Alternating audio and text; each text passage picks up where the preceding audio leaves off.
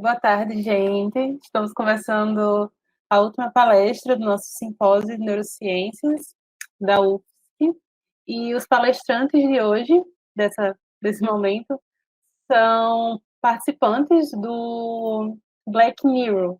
O BlackNeuro é um time de cientistas engajados na divulgação do trabalho da comunidade negra dentro das neurociências. Organizado por alunos de graduação, pós-graduação e profissionais de todo o mundo, o BlackNeuro nasceu de uma discussão no Twitter em julho de 2020. Em 3 semanas, foi lançado um site, ultrapassaram 10 mil seguidores nas redes sociais e construíram um banco de dados de mais de 300 acadêmicos. Através de eventos online, a utilização de hashtags e palestras, o BlackNeuro promove uma maior visualização da participação de pessoas negras nas neurociências, encorajando, assim, outros a seguirem esse caminho ainda tão carente de diversidade. Podem começar quando quiserem e obrigada por terem aceitado o convite. Obrigado pela introdução. Acho que a gente vai mudar para o inglês agora. Eu e a Lietsel somos estudantes de PhD aqui nos Estados Unidos, então a gente vai fazer a apresentação em inglês, mas fiquem à vontade para mandar perguntas em português e inglês que eu posso traduzir e a gente vai respondendo. Então deixa eu compartilhar minha tela.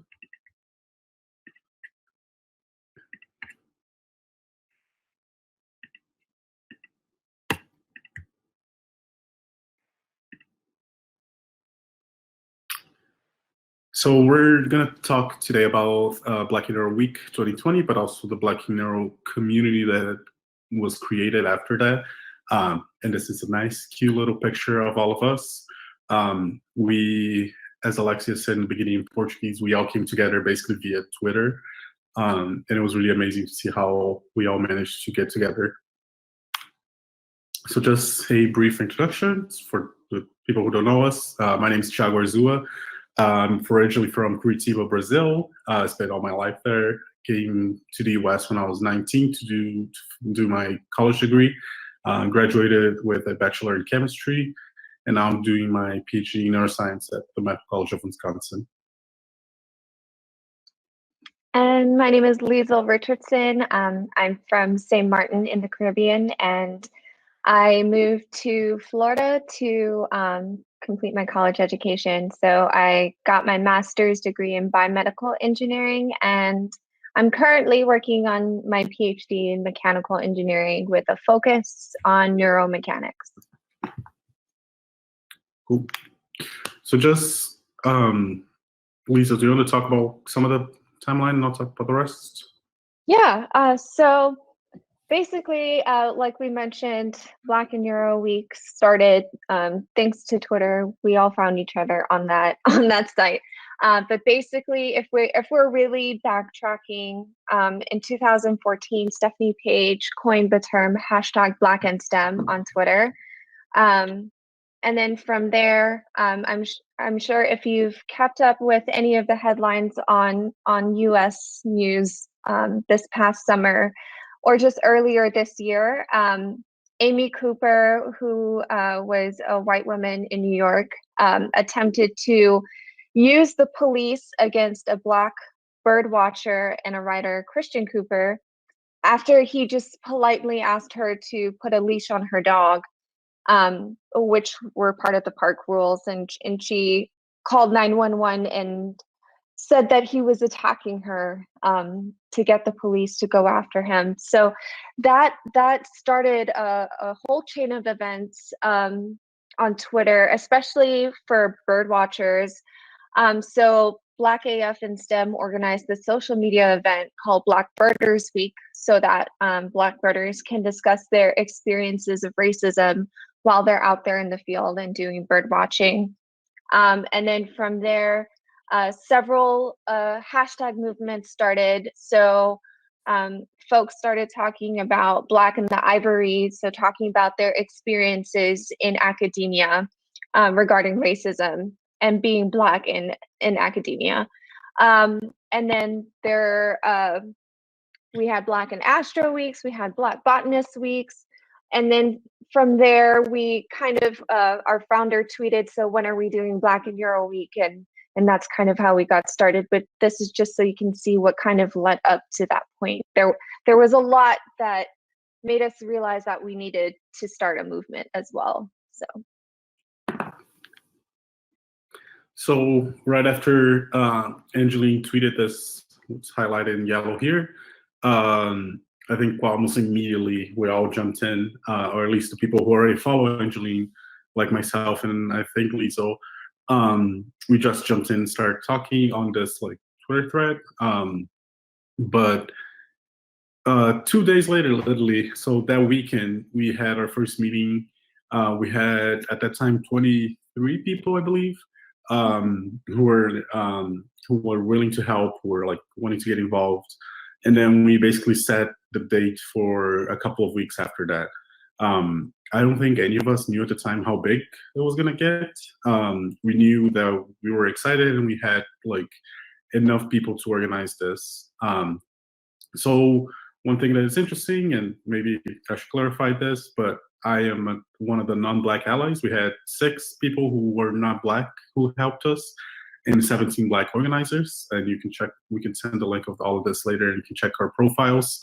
But I think it's important to mention that like this term ally, I don't know how common it is in Brazil right now, but it is a discussion that keeps happening in the US, like the role of allies and whatnot.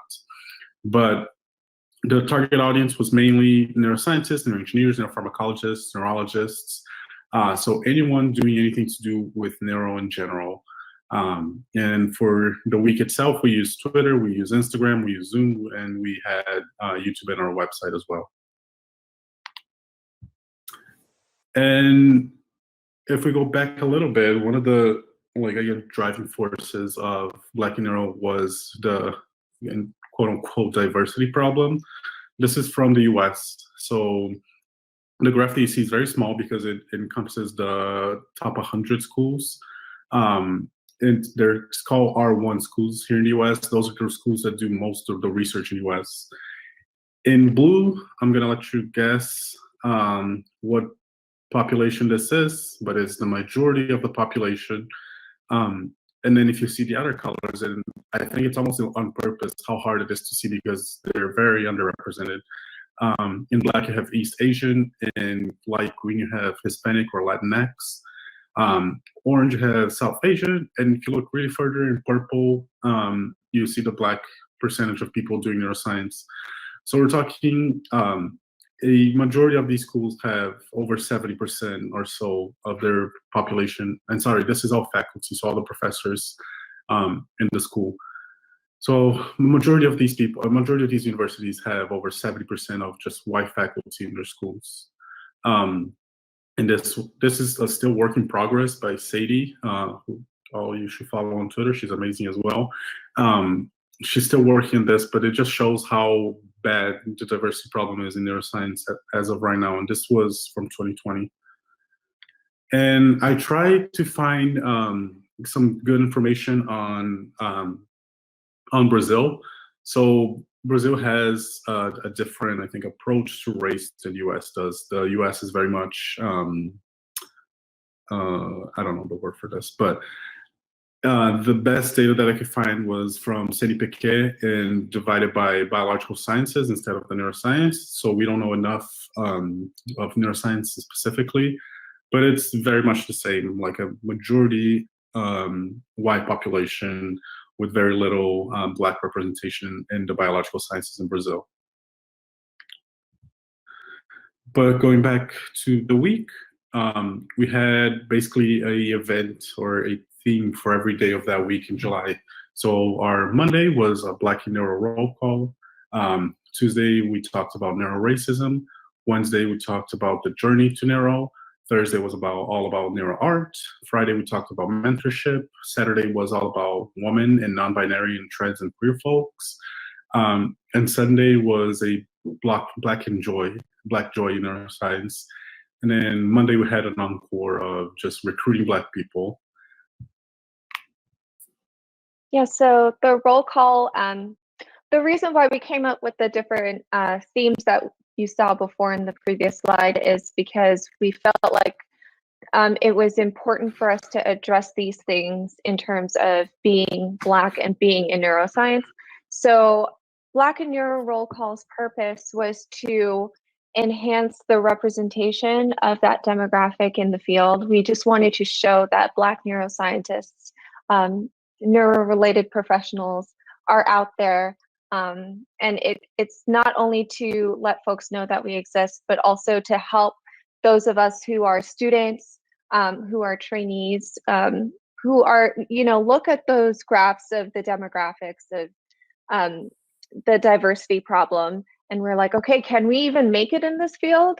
And so we just wanted to show, yes, you can, because there are people who do make it to academia in professional careers. So that was the importance of us starting off strong with something like BlackNeuroRollCall. So we didn't expect for the week to start off as big as it did, but we saw just how huge the community of Black in Neuro was, and it was just wonderful. So on this day, we encouraged people on social media to introduce themselves, to maybe film a short video or share a selfie telling us a little bit about them and their research.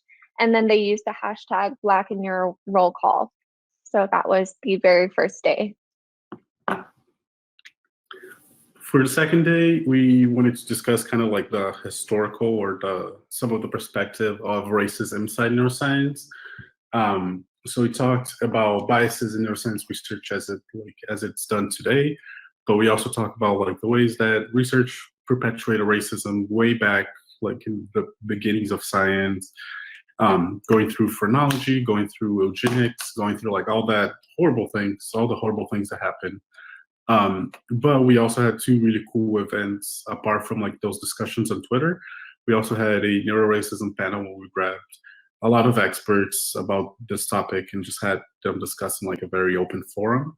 And then we had a journal club later that day when basically our student-led journal club where we discussed a few papers that touch on that subject of racism in neuroscience. So we talked, it was very rushed because we tried to fit 3 different papers in 1 hour, but we talked about basically how education changes the brain plasticity. So in kids in the US, they have to kind of like switch the way they talk when they try to fit with school. We talked about obstetric violence, if I'm not mistaken. So like the higher mortality rate of pregnant Black women in the US. And then the third paper, if I'm correct, was about pain research in Black people, how that is how the pain field approaches Black people, unfortunately, very differently. So they're less likely to get anesthesia, they're less likely to get painkillers, things like that. So that was a very heavy day, but I think it was a lot of different conversations that were important to have. Yeah, and some of the really interesting conversations that came about when we had this day occurred on Twitter, because we started to talk about things like EEG. So if you ever work with EEG, you have to think about whether or not you have Black participants and why you lack Black participants. So I actually ended up asking a lot of investigators in the field who are non-Black about whether, like, what was the reason that they overlooked having Black participants in their studies. And it really comes down to the fact that they don't know how to apply the EEG headsets to natural hair to prevent impedance or noisy signals. And so it's a lack of knowledge on how to prepare Black subjects for EEG. And then there's also the fact that the design of a lot of the headsets are just incompatible with natural hair. And very interestingly enough, like we looked on several websites of the big brand names for EEG, and we saw one of them had an EEG headset for Caucasian hair and another one for Asian hair, but not natural hair. So like curly, kinky, coily textures. And to us, that didn't make a whole lot of sense. Why would you have the headsets for those 2 hair types, but not for natural textures as well? And so if you're collecting data from just one demographic or just a majority demographic for your studies, the conclusions that you draw from those studies are not going to be applicable to the diverse population that actually exists. So those are some really important discussions that happened on Twitter. So I just wanted to throw that out there as one of the reasons why it was important for us to have a day dedicated to just neuroracism.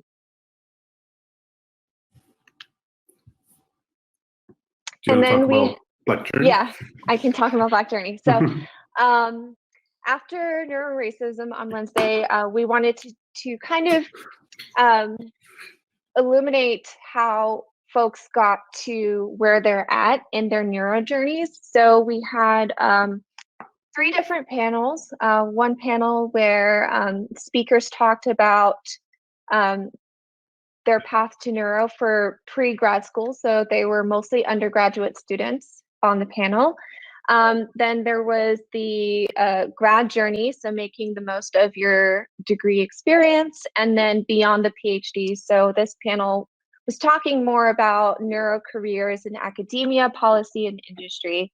So the importance of us having these discussions on this day was not only is there a lack of mentorship and there's just a big retention problem. And I think that's one of the biggest reasons why we don't see that much diversity in neuro careers. But there's like a lack of access and a lack of know-how on how to navigate certain parts of that career. So we thought it was important for folks to talk to undergraduates, to graduates, and to professionals so that they have a better understanding of how to get to that point if they're interested in a neuro career. So that was kind of what we dedicated that day to.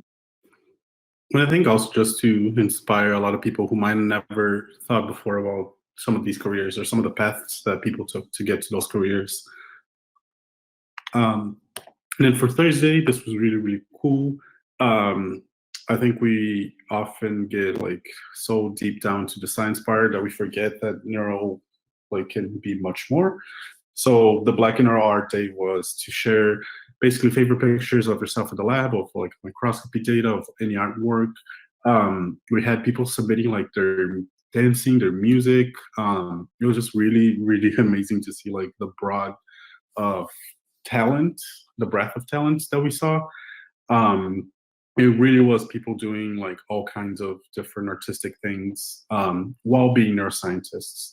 And then we were lucky enough to be able to have an art contest. So if I'm not mistaken, they got a money award. I forgot how much they got, first prize got, but we had like an art contest. So like basically kind of like giving a nice, fun prize to these artists. And then we also invited Sade, who I mentioned before on that diversity problem slide. She's also a filmmaker, and she has this amazing short movie. So we had a screening of her movie, and then also had a discussion with her, which was just, everybody was crying, but it was amazing. So it was really fun to just like walk out of the science for a little bit, but still keeping that kind of neuro perspective of things. So these were all neuroscientist people, but talking about something a little bit different. It was also interesting because Sade is she talked a lot about the intersection of art and neuroscience, which is actually something we're seeing more and more with the field of neuroaesthetics. So the intersection of art, like visual art, performance art, and so many other art forms with neuroscience. So it was a very interesting panel, and it was recorded on our YouTube. So you can go ahead and see that any of our events from that week on YouTube. And then on Friday, we had BlackNeuroMentors. Like I mentioned, there's a huge retention problem. And one of the ways to improve that retention problem is to make sure that people know that mentorship and outreach is very important to improve retention in neuro fields. So basically, what we did was we had a mentorship and outreach panel where the speakers were all leaders of self-led or student-led organizations that focus on outreach and pairing people with mentors in their field. And that was a really interesting panel. They talked a lot about techniques on how to effectively communicate with the Black community. And so it was very, very illuminating and very interesting. They also talked about their own personal experiences with bad mentoring and good mentoring. So that was interesting. And then the second event that we hosted was a partnership with Skype a Scientist. So what they did was they paired us with 3 different age groups. One was primary school kids, and then I believe the second age group was middle school kids, and then the third group was high school kids. And one of my favorite moments from that event was actually the younger kids. One of the kids asked the neuroscientist, they asked, why do they call a brain a noodle? And I just think kids ask the best questions about science. But it was a really cool event. It was an opportunity for children to see a different vision of what a scientist looks like. Because, you know, when you ask younger kids to draw a scientist, they usually draw like an older white male, because that's just kind of the image of a scientist that society puts out there. And we just wanted to show that scientists can also be Black women, you know, and so that was a really cool event. It was so adorable. Yeah. Then on Saturday, we turned back to a couple of more gender-focused questions or discussions. And we had some of the hashtags were BlackWomenInNeuro, but also BlackNB-in-Neuro, BlackFemmes-in-Neuro, and BlackTrans-in-Neuro. Who were basically talking more about this, not just the womanhood, but the gender question in neuro, because we know that if that graph looks like the way it does for other types of diversity, it probably looks even worse, because we know majority of scientists are still males. For that day, we had a really, really cool discussion mediated by one of our own organizers, Dr. Brielle Ferguson and Dr. Stacey Dutton. But I think one of the highlights of the day, that wasn't part of this, but I was on the organizers group chat while this was happening. It was the private social where it was just Black women, femmes, trans, and non-binary folks. It was a social that was like very much a safe space for them to talk whatever they wanted to talk about. I don't know if Lisa wants to talk more about the event, because that wasn't there, so I can't really talk. But I know everybody cried. That's all I know. Yeah, so I guess if you are a woman in STEM, you already know the kinds of experiences that we go through navigating through those spaces. So we face a lot of gender-based bias and discrimination. However, Black women face both racialized and gender-based bias, which can be very difficult to deal with on top of being a scientist and navigating that career. So you know, that social was just an opportunity for everyone to just to breathe and be themselves and talk about the things that they're not able to talk about with their colleagues. And, you know, I think there was a level of relatability and people feeling like their feelings were validated, because a lot of the times when we experience this bias in the workplace, in the lab, no one really takes it seriously if we bring up, or they gaslight us. But this was an opportunity for us to talk to others who go through the same thing and to have our feelings be validated, so we don't feel like, are we crazy for feeling this way? Are we crazy for feeling like we're being discriminated against? No, we're not crazy. It's actually happening. So that was probably the biggest reason why that event was as impactful as it was.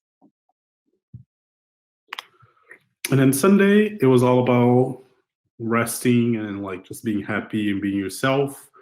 We had a little less content, honestly, the Sunday off, but we had a lot of just different Black mental health resources. and just had people using BlackJoyinNeuro. So it was just like very, very wholesome. All of this is still on Twitter. If you type in the hashtags, you can probably still find all of the posts, but it was just very cute to see everyone post like just whatever makes them happy. And then we had a IG and Instagram live dance class by I forgot how to pronounce her name, Aggie, in England. And it was just really, really adorable to watch like all the people dancing together. And obviously we're still in the middle of a pandemic, so it was all virtual, but it was very exciting to see like everybody getting together and kind of like just letting it out for a day, especially after we had all those heavy discussions like for the whole week. Yeah, it was also a good opportunity for us to show the non-science side of ourselves. So, you know, we always get this idea that scientists are serious all the time and very professional all the time, but it was just a good opportunity to show that we are people too. And then one of the reasons why this day was also important for us was because at least in America, and I'm not sure about other places, but in America, there's like this monolith of Blackness. So it's like they have just one idea and one stereotype of what Blackness means, and that goes across the board for everybody, but that's not true. And so we wanted to show that, you know, the things that Black people enjoy on a day-to-day basis is different. We're all diverse in our own way. So we just wanted to showcase that and show us being happy and joyful on a day-to-day basis, despite all of the terrible things that are happening in this country. So yeah, that's kind of, it was a very lighthearted day, but important as well.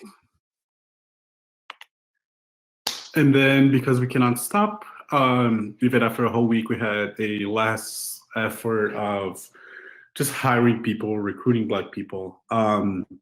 We know that we're still in this capitalist world where your worth is a lot defined by the money.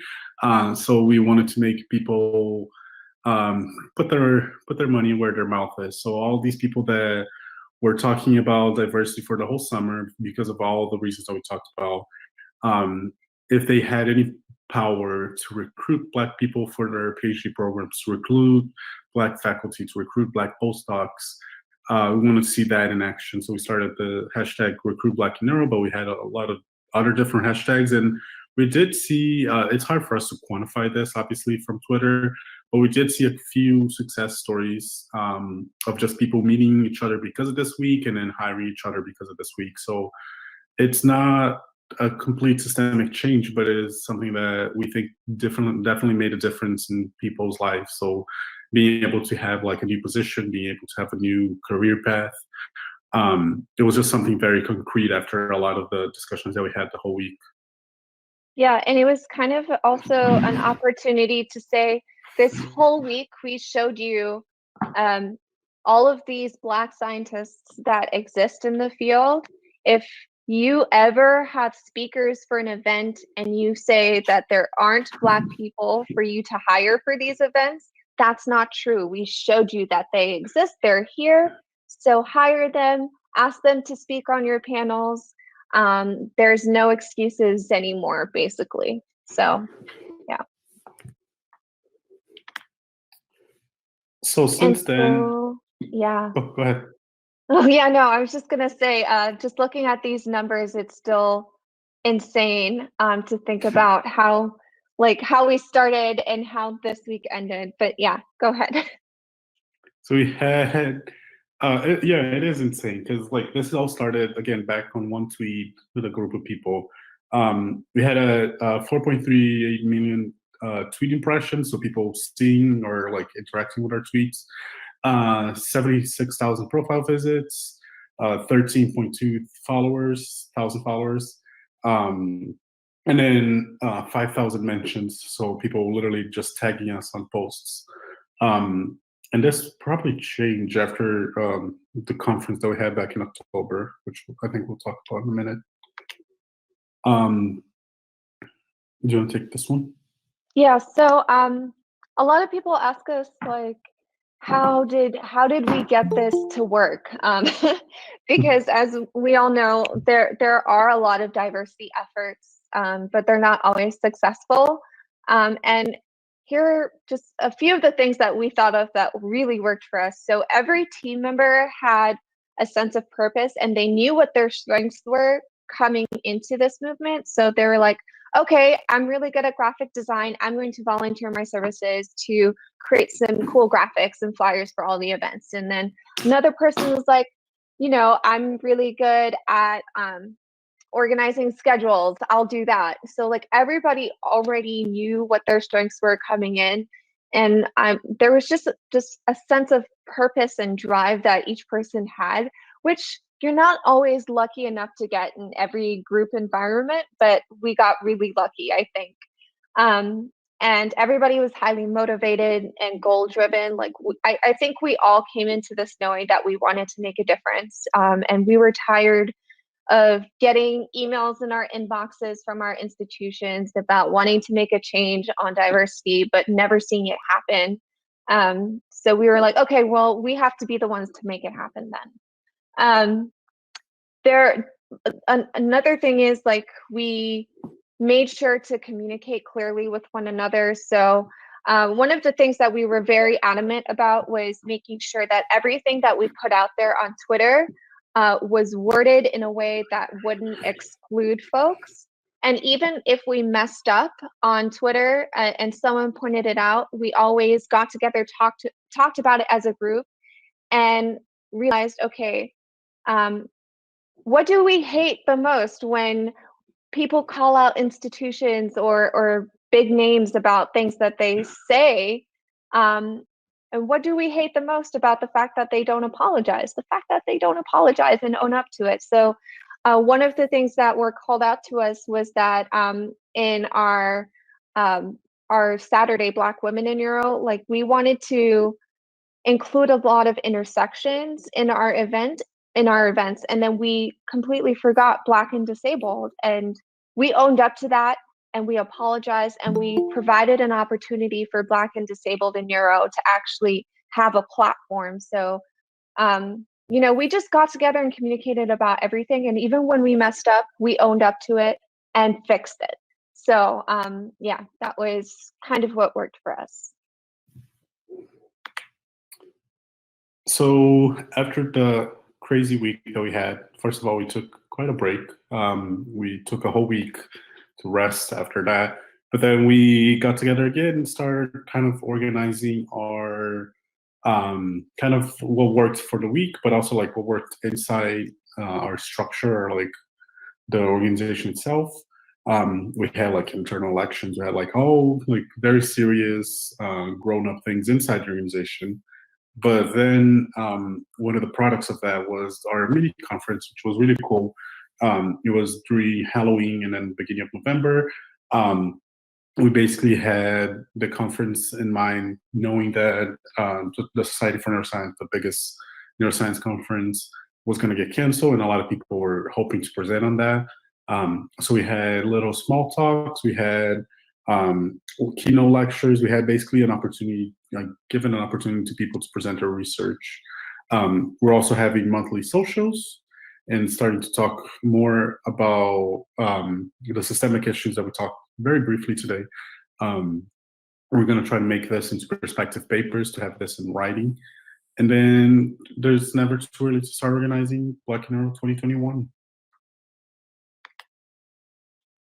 I think that's it. First slide, the least.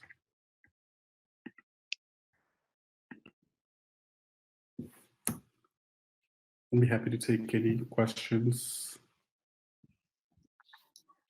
Thank you, Thiago and Lietsel. I'm just tired just to listen. It was very intense. Very productive. I'm going to open. If there are questions, please, you can open your mic. Or I have one question. Please. Thank you, Lietsel. Thank you, Thiago. It's a very good explanation about your project and initiative. It's really good in this contest. We are, in my view, on a real movement of white supremacists and fascist movements emerging in these days. And my question is if these movements try to interrupt or make or how can I say that, if these groups in any way interfere in the development of your initiative from social media, rate speed in social medias, for example? So I don't remember having any issues during the week itself. We're also, and like a humble brag, but we're also very good with social media. So we're always able to like catch that very quickly. And because there's 20 of us and we had like basically open access, all 20 organizers had access to our social media, we're always able to catch those things very quickly. This past conference, so a month or so ago, we did have a very prominent white supremacist dude. I don't even know his name, and I don't even want to say his name, but someone quoted him or like talked to him about it, and then he shared, and we had like a bunch of hate speech in one of our tweets. But that, I think that was the extent of it. I don't think we had any other bigger issues with that. Yeah, surprisingly, that was the one issue that we encountered.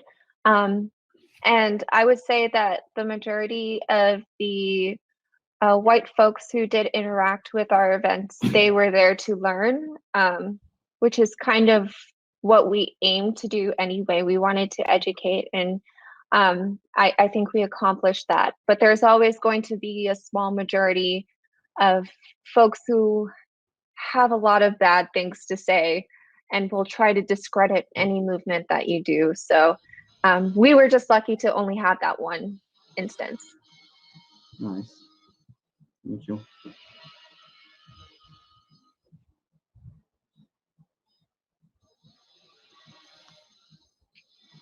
Have more questions, comments?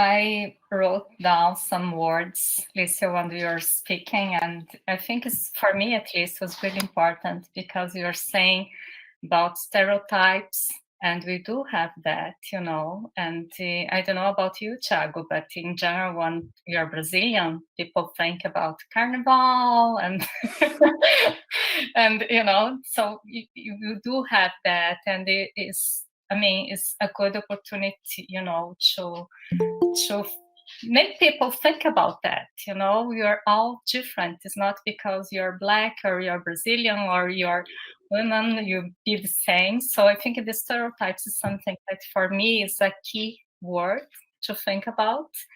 And also I like when it said it was good to validate and to be free to be yourself. And I mean, this is really important, that you can be yourself, that you don't need to, you know, change to fit. And so, you know, something that, you know, that I really like when you're talking about. And I think we need to think about that more and more and be aware, you know. So, and the other thing that Thiago was saying, yeah, we did all this, and I was really tired because, oh my God, it was really intense the week. I don't know how you manage. So, but how I see is like, in my perspective, it's like you have put the seeds, and now you need to wait. And I can see that, you know, I really like how you put this slide saying how we can manage to do this. And I mean, it's team work, and you can organize and you know, divide tasks, and this is really important. And I'm sure that you're going to have more and more events. So like, you know, finishing, so we're looking forward to 2021. So I will check online. I started yesterday. I was checking the the YouTube, and I make a lot of notes here that I'm going to check later. And other thing that caught my attention was the partnership with the kids, that I think Lisa was saying that is the time, you know, that you can make the difference. And they are so pure, they're so curious, and, you know, so nice to have the opportunity to work with them. And today I was watching the news here in Santa Catarina. I was really, really sad, and I think it's all related to what we're talking now, that it increased the racism here in the south of Brazil. So this year is, you know, higher than last year. And of course, we do have all this, what's going on here in Brazil right now. And so it's really, really bad. But it's really a good opportunity for us to talk about and to think about more. So I'm very glad that you two could make today, and, you know, to finish your event with something really that we need to think, and not just to think, to do things. And how do you say, wondering how we can make the difference. And I really like, I don't know who said that we need to be the ones that make the difference. Because if you think about, we can do that, you know, and sometimes if you can, we're waiting for the government, or, you know, for the seniors, or for the institution, or so. And I agree. I think, Elisa, we are always, you know, making mistakes, because people that we're saying, oh yeah, we forgot about the Black disabled, but this is how things work, you know. Yeah. And who make mistakes is who are doing things, who are, you know. So, and how you handle, how you deal with this is how make the difference. So Exactly. So really, really good to hear you, and for me it was really inspiration, and I'm glad that you two could make it today. So I don't know if there are more comments. Alexia, Matheus, want to? O Matheus queria falar, depois dele eu falo. I have a question here.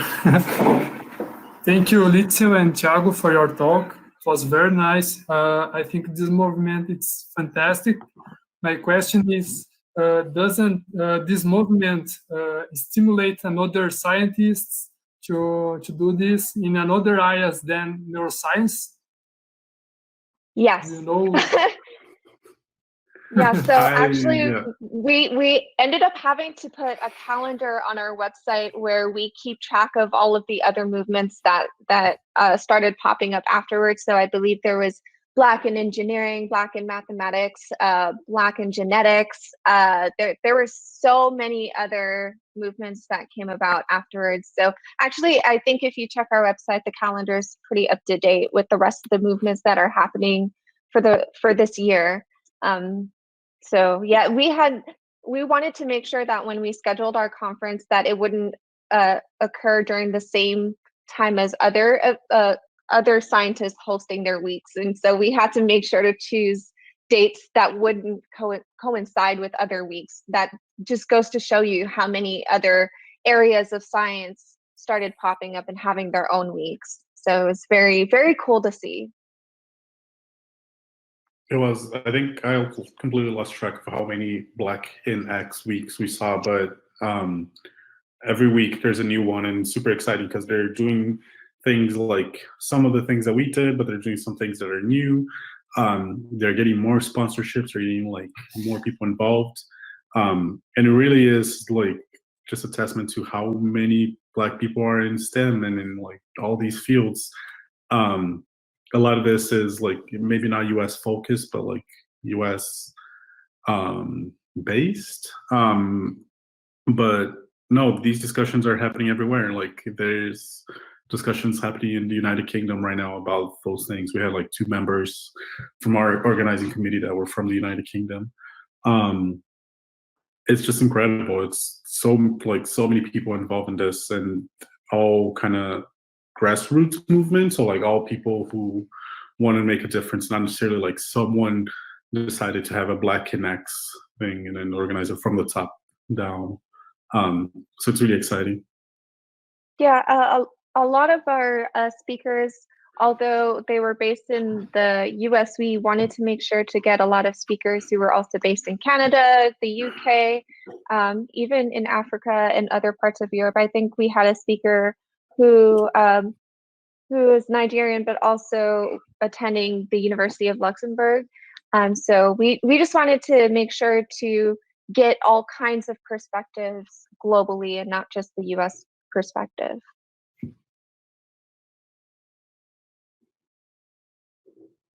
Nice to hear it. Thank you very much. I think Thaisa has a question. Thaisa, can open your camera. Yes. Hi, guys. Good afternoon, everybody. First of all, I wanted to thank you for your presentation. I have talked with Alexia, I believe, like last week, that I was really looking forward to your presentation. I have tried to keep up with the BlackNeuro. I have 2 comments to make. First of all, Thiago, you comment that you didn't find data of specific neuroscience in Brazil. We had Brazilian Society of Neuroscience, and they, I believe in 2019, on a congress, they made a course with stereotypic. They were talking about the stereotypes women suffer in science. And unfortunately, when we talk women, we are talking about white women. But they were puncturing racial issues too. And they presented a set of data comparing gender and race in neuroscience in Brazil. So I can send you the contact of this course if you want. And it was something that I remembered when you talked about. It was very interesting. I think it opened our eyes to a lot of things. And that was the first thing I had to say, and I didn't want to forget. But the second thing, it was the thing that caught me the most in BlackNeuro Week, that you talked about mentorship and mentoring young Black scientists. And it was something that I was thinking about a lot, because I can talk about myself.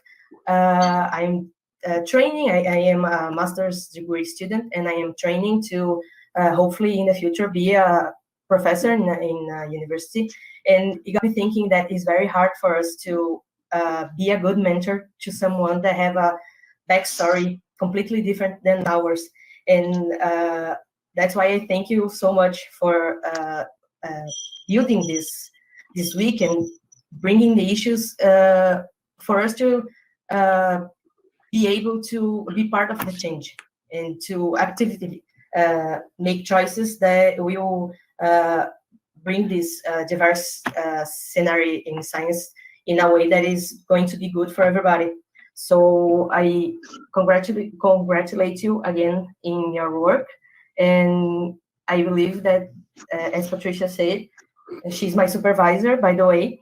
And I believe what you say, that you were planting the seeds, and we are going to see these little children that was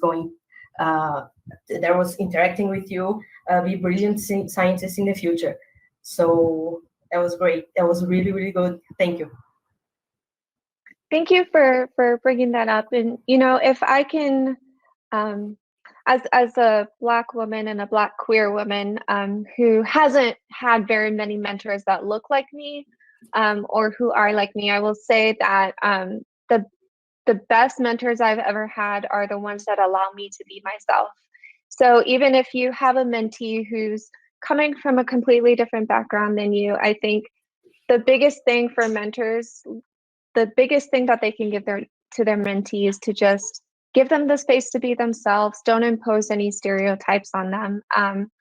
And that you will see that your mentee will feel more comfortable opening up to you, and you can relate to them more on a personal level, which really improves the mentor-mentee relationship. So Yeah, you brought up a really great point about mentorship, and that's one of the things I've told my advisor, and what makes her a great advisor is that I told her, I was like, the biggest thing that you can give me is the space to be myself, and that, you know, she's the best mentor I've ever had, just because she listens, and she allows me to be me. So yeah, thank you for bringing that up.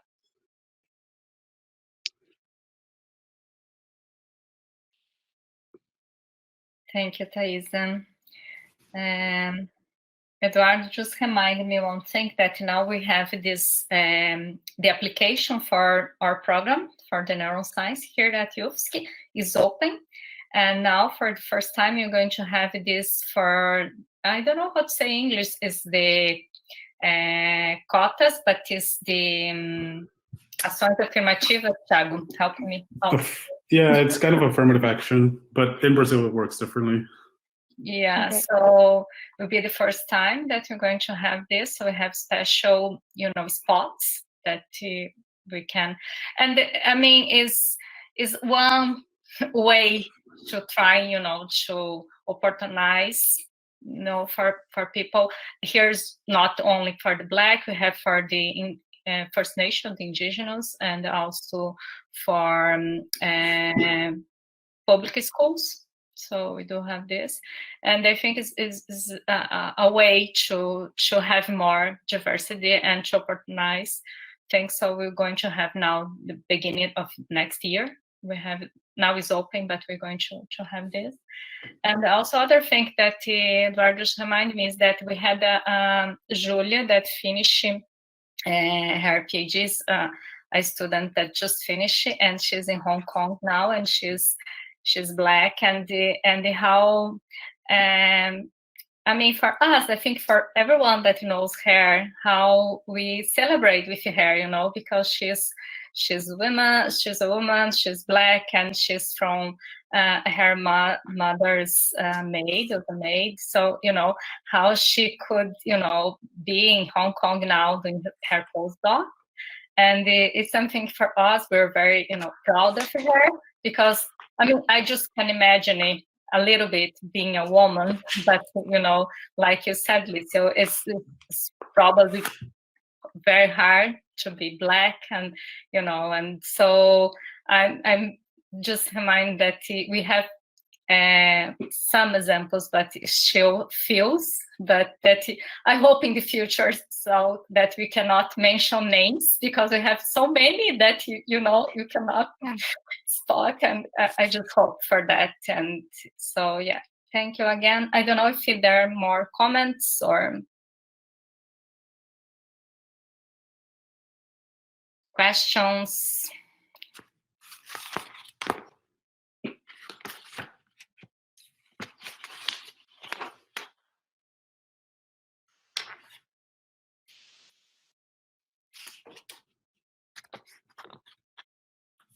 And I think at least Alexia has our emails and our contact information. So if you guys want to send anything via email or follow us on social media or really anywhere.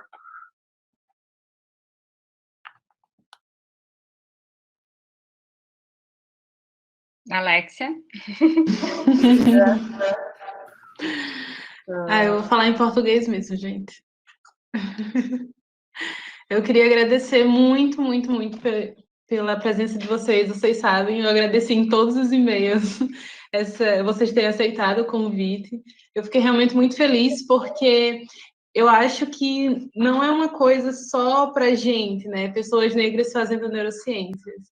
É algo que vai ter repercussão nas pessoas brancas também, porque eu lembro, quando vocês perguntaram, né, que vocês esperavam da palestra, o que a gente esperava, na real, né, da palestra de vocês. Eu falei, eu acho que tem que ser alguma coisa mais provocativa, né, no sentido de todo mundo precisa ver o que está errado. É o problema da diversidade, né, que a gente não tem. Então, eu só agradeço vocês por terem apresentado para a gente esse problema de diversidade, e eu acho que agora a gente tem que fazer alguma coisa com ele, né, e bater de frente com ele, olhar nos olhos dele e fazer alguma coisa com isso. Obrigada. I'll try to translate to Lietsel.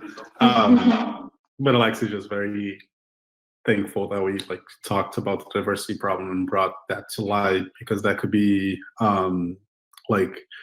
could be a way of changing things, not just for Black people, but also for the white people in power. I don't have anything to add. I think it's really like, it's sad that it's 2020 and we're still having to talk about these things. It's just, yeah, it's incredible that literally incredible. I cannot believe that we're still talking about these things.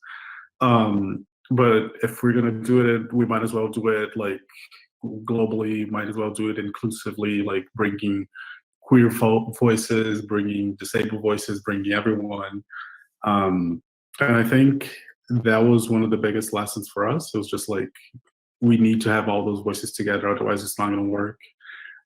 If this is a movement without someone from another country, without someone who might be like beginning in their science career, without having someone from like a tenure faculty, it wouldn't work the same way. So we really need everyone to be involved. Yeah, I agree with that, because I think that these conversations have been happening for the longest time, but they've been happening within the marginalized communities. And I think that for those who are in power, they avoid having these conversations for sake of, they don't want to be taken out of their comfort zone. So I think it's important to have difficult conversations outside of the marginalized communities and include those who are in power and take them out of their comfort zone. And that's the only way that we're going to make a difference. So I'm grateful for the opportunity that you invited us to talk about this. I think just having the conversation is the first step, and then we'll start to see change. So.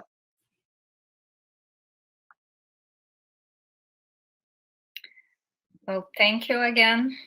So, Mateus, I don't know if you want to say anything, something before we finish. I just would like to thank you guys for your talk again. Thank you very much to accept our invitation. Thank you for having us. Thank you guys. Yeah. Take care. Have a good week. Yes, you as well. Bye. Bye. Bye.